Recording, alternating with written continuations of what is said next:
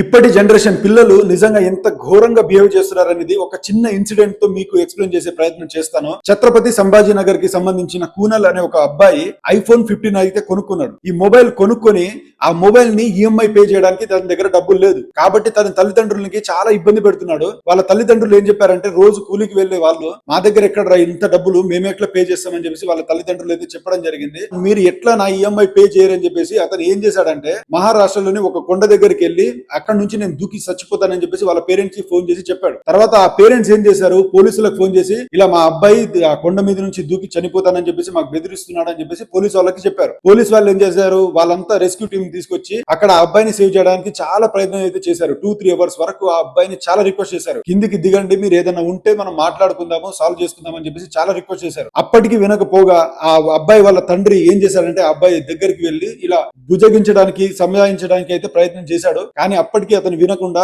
ఆ కొండ మీద నుంచి అయితే దూకేశాడు. తను దూకిన తర్వాత వెంబడే తనతో పాటు తన తండ్రి కూడా దూకేశాడు. ఆ షాకింగ్ ఇన్సిడెంట్ చూసి తన తల్లి కూడా వాళ్ళతో పాటు దూకి చనిపోయింది. మొత్తం ఫ్యామిలీ మొత్తం 3 మెంబర్స్ అక్కడికక్కడే చనిపోయారు. జస్ట్ ఒక ఐఫోన్ ఈఎంఐ కోసం అని చెప్పేసి ఫ్యామిలీ మొత్తం చనిపోయింది. కొంచెమైనా కామన్ సెన్స్ ఉండాలి. ఆ అబ్బాయి చనిపోయాడు, అతని గురించి మాట్లాడడం ఎంతవరకు కరెక్ట్ రాంగో నాకు తెలియదు, కానీ ఇలాంటి బిహేవియర్ మాత్రం ఖచ్చితంగా పిల్లలకు ఉండొద్దు. ఎందుకంటే తల్లిదండ్రులు ఏం చేస్తున్నారు, వాళ్ళ స్తోమత ఏంటి అనేది ఒకసారి ఆలోచించుకొని ఇలాంటి ఆలోచనలు తీసుకోవాలి. ఎందుకంటే నేను కొండ మీద నుంచి దూకి చచ్చిపోతా, ఎక్కడి నుంచి చచ్చిపోయినా వాళ్ళు చేయని స్థితిలో ఉన్నప్పుడు వాళ్ళు మీరు ఎక్కడి నుంచి దూకినా వాళ్ళు మాత్రం ఏం చేస్తారు చెప్పండి. నిజంగా ఈ పిల్లల్ని చూస్తుంటే నాకైతే చాలా చాలా చాలా భయంకరంగా అనిపిస్తుంది. ఇలాంటి ఇన్సిడెంట్స్ మరి ఇంకోటి రిపీట్ కాకుండా ఉండాలని అయితే నేనైతే కోరుకుంటున్నాను.